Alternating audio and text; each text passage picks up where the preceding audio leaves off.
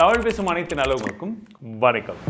Motorola ரீசெண்டாக ஒரு folding smart ஃபோனை லான்ச் பண்ணியிருந்தாங்க. அண்ட் கடந்த வாரமே நம்ம நிறைய ஃபோல்டிங்லாம் வந்து போட்டோம். அதெல்லாம் போடும்போது ஒரு முக்கியமான விஷயத்தை பற்றியும் சொன்னோம். அதாவது இருக்கிறதுலே ஃப்ளாக்ஷிப் ப்ராசஸர் தான் கொடுக்கணுன்ற அவசியமே கிடையாது. இன்னும் கொஞ்சம் கம்மியான ப்ராசஸர் கொடுத்து ப்ரைஸிங்கை கம்மி பண்ணி வச்சிருக்கலாம். சொன்னது காது கேட்டுருச்சு போல. ஸோ அதே மாதிரி ஒரு பட்ஜெட் செக்மெண்ட் ப்ராசஸர் தான் கொடுத்துருக்காங்க. முதல்ல அது எப்படி பெர்ஃபார்ம் பண்ணுது, உள்ள என்னென்னலாம் இருக்குன்றதை பார்க்கலாம். கடைசியில் அந்த ப்ரைஸிங்க்கு அது மேட்ச் ஆகுதான்றதை பற்றியும் பேசுவோம். இந்த செக்மெண்ட்டில் ஒரு பெரிய கவர் டிஸ்பிளே இருக்கு.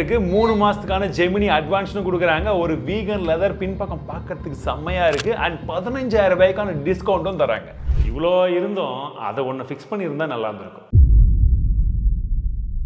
சரி, ஃபர்ஸ்ட் குயிக்கான அன்பாக்சிங் அப்படின்னு வந்து பாத்தீங்கன்னா, பாக்ஸ்குள்ள தேவையான எல்லா விதமான விஷயங்களும் வச்சிருக்காங்க. சார்ஜரும் வச்சிருக்காங்க. எங்களுக்கு மேல இருக்கக்கூடிய பாக்ஸை பிரிக்கும் போதே, அதாவது கொரியருக்கு வந்த கவரை பிரிக்கும் போதே நறு மனமும் வந்தது. ஆனால் கூடவே எனக்கு கொஞ்சம் தலைவலி வந்துருச்சு. அந்த அளவுக்கு அடிச்சு அமைச்சிருக்காங்க போல. ஸோ இனான் ஃபிலிமே இது நல்லா இருக்கு. காரணம் என்னன்னு பார்த்தீங்கன்னா, உங்களுக்கு எல்லா இடமே வந்து கொஞ்சம் கர்வியாக கொடுத்துருக்கிறதுனால நீங்கள் ஹோல்ட் பண்ணும்போது உங்களுக்கு பெருசாக ஒரு ஃபோனை ஹோல்ட் பண்ணுற மாதிரி ஃபீலே வந்து இல்லை. அண்ட் இதுதான் ப்ராக்டிக்கலான ஃபோனுன்னு சொல்லுவோம் இல்லையா, பாக்கெட்டில் அழகாக போட்டு எடுத்து வந்து யூஸ் பண்ணிக்கலாம். பட் அது எப்படி இருக்குது அப்படின்றது ரொம்ப முக்கியம். குறிப்பாக இந்த ஹிஞ்சஸ் வந்து பார்த்தீங்கன்னா ஓரளவுக்கு இது வரைக்கும் ஓரளவுக்கு சாலிடாக இருக்குது. அண்ட் க்ரீஸை பொறுத்த வரைக்கும் வந்து பார்த்தீங்கன்னா உள்ள பெருசாக விசிபிள் ஆகலை. நீங்கள் ரொம்ப நோட்டீஸ் பண்ணி ஒரு ஆங்கிளில் திருப்பி ரைட்டோடைய ரிஃப்ளெக்ஷன் பட்டால் மட்டும்தான் க்ரீஸ் ரொம்ப பெருசாக தெரியுது. மற்றபடி யூஸ் பண்ணும்போது ஸ்லைட்லி, இப்போதைக்கு நாங்கள் யூஸ் பண்ணி ஒரு 3 நாள் ஆகுது. அந்த 3 நாளில் கொஞ்சம் ஸ்லைட்டாக விசிபிள் ஆகும் உங்களுக்கு கை வைக்கும் போது. மற்றபடி வெயிட் அப்படின்னு வந்து பார்த்தீங்கன்னா 189 கிராம் இருக்குது. மெட்டல் ஃப்ரேம்ஸ் வந்து சைட் பை சைடாக வந்து கொடுத்துருக்காங்க. அண்ட் நீங்கள் ஃபோன் ஆஃப்ல இருக்கும்போது, அதாவது இந்த மாதிரி க்ளோஸ்ல இருக்கும் போதே கால் வந்ததுன்னு அட்டென்ட் பண்ணிக்கலாம்.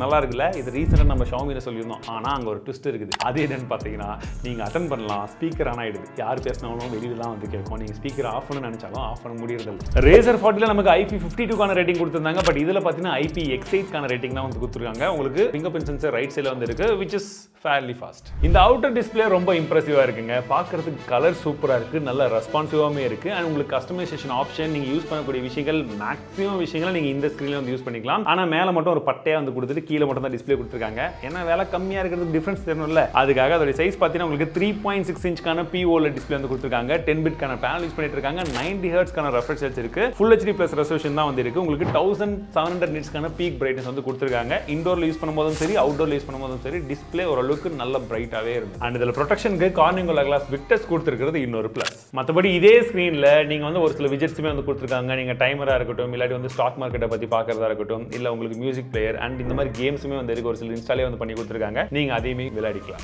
ஓவராலா சொல்ல போனா, போன ஜெனரேஷனை கம்பேர் பண்ணும்போது இந்த கவர் டிஸ்பிளே எல்லா விதத்திலுமே ஒரு இம்ப்ரூவ்டு கவர் டிஸ்பிளேவா கொடுத்துருக்காங்க. சரி, இப்போ முக்கியமான பிரைமரி டிஸ்பிளே பக்கம் வருவோம். இதுதான் நல்ல பெரிய டிஸ்பிளேன்னு சொல்லலாம். 6.9 இன்ச்க்கான POLED டிஸ்பிளே கொடுத்துருக்காங்க. இது ஒரு LTPO டிஸ்பிளேவும் கூட. 120 ஹெர்ட்ஸ்க்கான ரெஃப்ரெஷ் ரேட் இருக்கு. Full HD Plus ரெசல்யூஷன் வந்து கொடுத்துருக்காங்க. 3000 நிட்ஸ்க்கான பீக் பிரைட்னஸ்மே வந்து இருக்கு. இன்டோர்ல ரொம்ப நல்லாவே இருக்கு. அவுட்டோர்லயும் ஓரளவுக்கு யூஸ் பண்ற அளவுக்கு இருக்கு. பிரச்சனை இல்லை. பிளஸ் உங்களுக்கு நல்ல நேரோவா இருக்குங்க. நீங்க ஏதாச்சும் வைட் ஆங்கிள் படம்லாம் வந்து பார்க்கணும்னு நினைச்சீங்கன்னா கண்டிப்பா அது உங்களுக்கு வந்து நல்லா இருக்கும். என்னன்னா போன ஜெனரேஷன்ல 144 ஹெர்ட்ஸ் ரெஃப்ரெஷ் ரேட் கொடுத்திருந்தாங்க. இந்த வாட்டி 120 கட் பண்ணிட்டாங்க. அண்ட் பிரைட்னஸ்மே இந்த வாட்டி இம்ப்ரூவ்டா வந்து கொடுத்திருக்காங்க. யூடியூபை பொறுத்த வரைக்கும் உங்களுக்கு 4K HDR கான சப்போர்ட் வந்து இருக்கு. உங்களுக்கு நெட்ஃபிளிக்ஸ்ல பொறுத்த வரைக்கும் HDR வந்து சப்போர்ட்டே வந்து இல்லை. அது ஏன் அப்படின்றது தெரியல. கொடுத்தாங்கன்னா கொஞ்சம் பெட்டரா இருக்கும். ஏன்னா மீடியா கன்சம்ஷனுக்காக தான் மெயினா அதெல்லாம் வாங்குவாங்க. அந்த மாதிரி ஆட்களுக்கு வந்து இருக்கணும். டியூல் ஸ்டீரியோ ஸ்பீக்கர் வந்து கொடுத்திருக்காங்க. டால்பி அட்மாஸ்க்கான சப்போர்ட்டோட. ஸோ ஃபுல் வால்யூம்ல வச்சீங்கன்னா கொஞ்சமா சவுண்ட் பிரியுது. ஒரு 70-80 வைக்கும் போது ஓரளவுக்கு வந்து சவுண்ட் யூஸ் பண்ற அளவுக்கு நல்லா இருக்கு. மற்றபடி LPDDR4S கான RAM டைப் கொடுத்திருக்காங்க. UFS 2.2 கான ஸ்டோரேஜ் டைப்புமே வந்து இருக்குங்க. சரி, UI அப்படின்னு வந்து பார்க்கும்போது Hello UI தான் வந்து கொடுத்திருக்காங்க. Hello UI ல உங்களுக்கு Android 14 மேல வந்து பில்ட் பண்ணிருக்காங்க.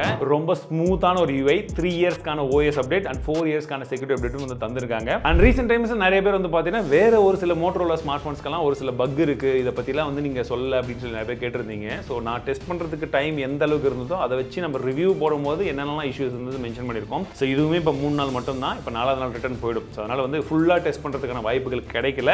இப்போ யூஸ் பண்ண வரைக்கும் ஓரளவுக்கு வந்து ஓகே யூஸ் பண்ண. நாங்கள் சிம்மெல்லாம் போட்டும் டெஸ்ட் பண்ணி பார்த்தோம். கால் குவாலிட்டியுமே வந்து நல்லா இருக்குது. சில்வர் ரிசப்ஷனுமே வந்து நல்லா இருந்துச்சு. சார்ஜ் போடும்போது எங்களுக்கு ஹீட்டிங்குமே வந்து தெரியல.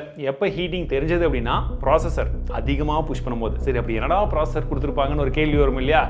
இதில் நம்ம எதிர்பார்த்தது மாதிரியே ஒரு பட்ஜெட் செக்மெண்ட் ப்ராசர் வந்து கொடுத்துருக்காங்க. டைமென்சிட்டி 7300 அப்படின்னு சொன்னா திட்டுவீங்கன்றதுனால 7300X என்ற ப்ராசர் வந்து கொடுத்துருக்காங்க. ஏன்னா அந்த X எதுக்காகடான்னு பார்த்தீங்கன்னா, நீங்க ஃபோல்ட் பண்ணக்கூடிய ஸ்மார்ட் ஃபோனில் ஆப்டிமைஸ் பண்ற மாதிரி இந்த ப்ராசரில் கொஞ்சமா நாங்கள் வந்து ஒரு சில ஆப்டிமேஷன் வந்து பண்ணியிருக்கோம், சின்ன சின்ன விஷயங்கள் வந்து இம்ப்ரூவ் பண்ணியிருக்கோம் அப்படின்னு வந்து சொல்லியிருந்தாங்க.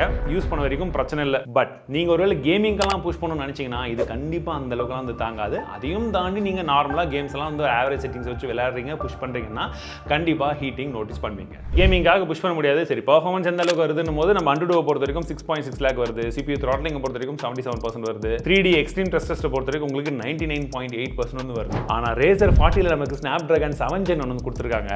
இதில் என்ன கொடுத்துருக்கணும் நியாயப்படி பார்த்தா ஒரு 7+ Gen 3 அந்த மாதிரி ஒரு Gen 3 ப்ராசர் ஏதாச்சும் ஒன்று கொடுத்துருந்தாங்க அப்படின்ற பட்சத்தில் இன்னும் பெட்டராக இருந்திருக்கும். இல்லை ஸ்னாப்ட்ராகனோடைய 8+ Gen 1 அந்த மாதிரி ஏதாச்சும் ஒன்று கொடுத்துருந்தா இன்னுமே நல்லா இருந்திருக்கும். அதுவே பட்ஜெட் செக்மெண்ட் தானே. இவங்க என்ன பண்ணியிருக்காங்க, 20,000 ரூபாய் செக்மெண்ட்டில் வித்துட்டு இருக்கக்கூடிய ஒரு ப்ராசஸர் எடுத்துகிட்டு வந்து இதில் கொடுத்துருக்காங்க. சரி, மற்றபடி இதில் ஒரு சில மோட்டோ ஏயுமே இருக்குங்க. என்னென்னு பார்த்தீங்கன்னா, டெக்ஸ்ட்லேருந்து இமேஜை ஜென்ரேட் பண்ணுறது, இல்லை ஃபோட்டோலேருந்து பேட்டர்னு ஒன்றுத்துக்கு குறவாத ஒன்று அது ஒன்று கொடுத்துருக்காங்க. ஸ்மார்ட் கனெக்ட் இருக்குது, ஃபேமிலி ஸ்பேஸ்க்கான ஆப்ஷனும் வந்து கொடுத்துருக்காங்க. 4200 mAh பேட்டரி வந்து கொடுக்குறாங்க. உங்களுக்கு 33 வாட்க்கான சார்ஜர் பாக்ஸில் இருந்திருக்கும். பட் 30 வாட் வரைக்கும் தான் இவங்க சப்போர்ட் வந்து தராங்க. 15 வாட்க்கான வயர்லெஸ் சார்ஜிங் சப்போர்ட்டும் இருக்கிறது ஒரு பிளஸ். கனெக்டிவிட்டின்னு பார்க்கும்போது உங்களுக்கு 16 5G பேண்ட்ஸ் கொடுத்துருக்காங்க. ப்ளூடூத் 5.4க்கான சப்போர்ட் இருக்கு, NFC இருக்கு, Wi-Fi 6E கொடுத்துருக்காங்க. USB-ஐ பொறுத்த வரைக்கும் 2.0 மட்டும் தான் கொடுக்குறாங்க.